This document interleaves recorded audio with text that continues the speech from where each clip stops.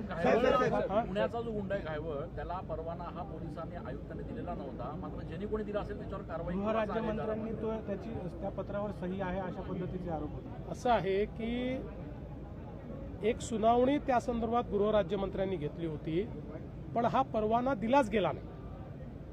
Police आयुक्तांनी त्या ठिकाणी वस्तुस्थिती लक्षात आणून दिली आणि त्यामुळे हा परवाना दिलेला नाही।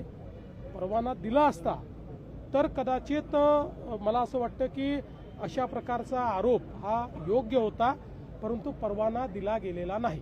कॉल सेंटरवर कारवाई केली आहे सीबीआयच्या माध्यमातून। त्यांनी अहवाल गृह विभागाला दिला अशी माहिती आहे, त्यामध्ये काही आयपीएस अधिकारी गुंतले। अद्याप कुठलाही अहवाल सीबीआय कडनं राज्य सरकारकडे आलेला नाही। अशा प्रकारचा अहवाल आला तर त्याच्यावर कडक कारवाई केली जाईल। माझ्या चॅनलला सबस्क्राईब करा आणि बेल आयकॉन दाबा, जेणेकरून तुम्हाला माझे नवीन व्हिडिओ मिळतील।